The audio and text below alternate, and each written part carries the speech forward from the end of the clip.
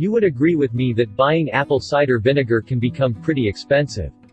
But then, apple cider vinegar is a natural product with a wide range of uses which includes some health benefits. The result of homemade apple cider vinegar is one of the best natural remedies, promising for weight loss, heartburn, detox, blood sugar, and more. So then, I guess it will be cool and wouldn't be a bad idea if you knew how to prepare one at home. And by simply knowing how long you need to let your vinegar ferment and knowing the right ratios, you can save money by turning apples into vinegar with ease. Amazingly, you would need 3 simple basic ingredients: apple, water, and honey. You will also be needing cutting board, glass jar, knife, cotton cloths, rubber band, a spoon, either wooden or plastic, and a lidded glass jar for storage. You have those at home, right? Here is a step-by-step walkthrough on how to get your vinegar ready. First, choose the best quality of apple. To get the best end product and best flavor, the quality of apples you choose would play a significant role. As a personal rule, I will suggest you try a combination of different apples like the Golden Delicious apples, Fuji apples, or the Red Delicious apples. Use apples you can find around where you are. You can start out with 3 to 5 apples for a try. When you have perfected how to make it, then you can increase the number of apples. Next, wash your apples thoroughly under running water for 45 seconds to 1 minute, so as to wash off anything you don't want in your cider vinegar. By the way, washing your fruits and vegetables properly before consuming them is a good habit you should cultivate. Thirdly, you would have to chop the apples into small chunks or pieces. Then transfer the small pieces into a wide enough glass jar. Not steel, not plastic, but a glass jar. The fourth step, fill the glass jar with the diced apples with water.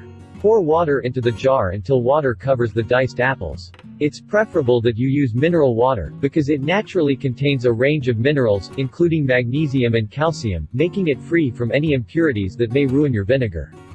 You should add 3 to 4 cups of water, depending on the number of apples you are using. If you are using 3 apples, then 3 to 4 cups is just fine. Always make sure to put enough water, if not the apple will begin to rot. The fifth step is to add 1 teaspoon of honey or raw sugar, whichever you prefer. Then thoroughly stir together. Cover the mouth of the glass jar with a cotton cloth. Use a rubber band to hold the cotton cloth in place. Keep the jar in a warm place, that is, at room temperature.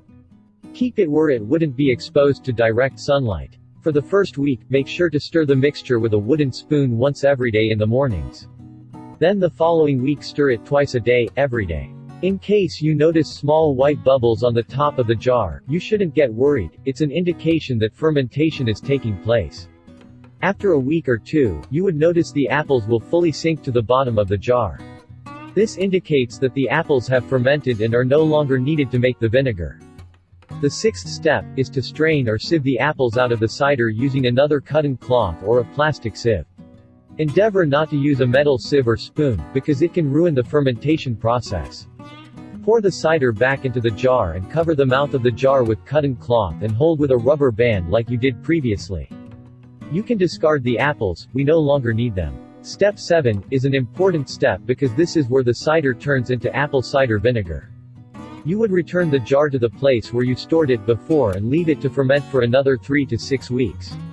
This time you would stir it once every 3 days interval. Within this time you would definitely notice the sweet smell will begin to turn a little strong. The length of the fermentation process will vary based on the climate you live in. During summer, the cider will take less time to ferment. In winter, it will likely take even longer. Between 3 to 6 weeks will usually get the job done. Use a clean, sterilized glass jar with a tight lid in order to halt the fermentation process and keep the vinegar fresh. Store the vinegar in your refrigerator and it should never go bad. If the vinegar gets too strong, add a little bit of water to dilute it back down to the acidity you want. That's all, you have your apple cider vinegar ready. Here are some important things you should note. Homemade apple cider vinegar doesn't require any preservatives to keep it consumable. Just keep it in the fridge, and close the lid tight. If you notice a mold forming on top of your cider vinegar as it ferments, you should dispose of it and start again. The mold may be of different color, black, brownish or greenish. If you notice any of this colored clusters, it might be a sign of dangerous bacteria that could affect your health by making you ill. Secondly, homemade apple cider vinegar should not be used for preserving or extending the shelf life of food or edible products by immersion in vinegar. When it comes to homemade apple cider vinegar, not a lot of measuring is required, so you can make a really big batch without too much more work. You'll just need more apples and more time to chop them. Feel free to double, triple, or quadruple this recipe. Please remember to leave a like, subscribe and turn on the notification. Also check out our other videos in the description.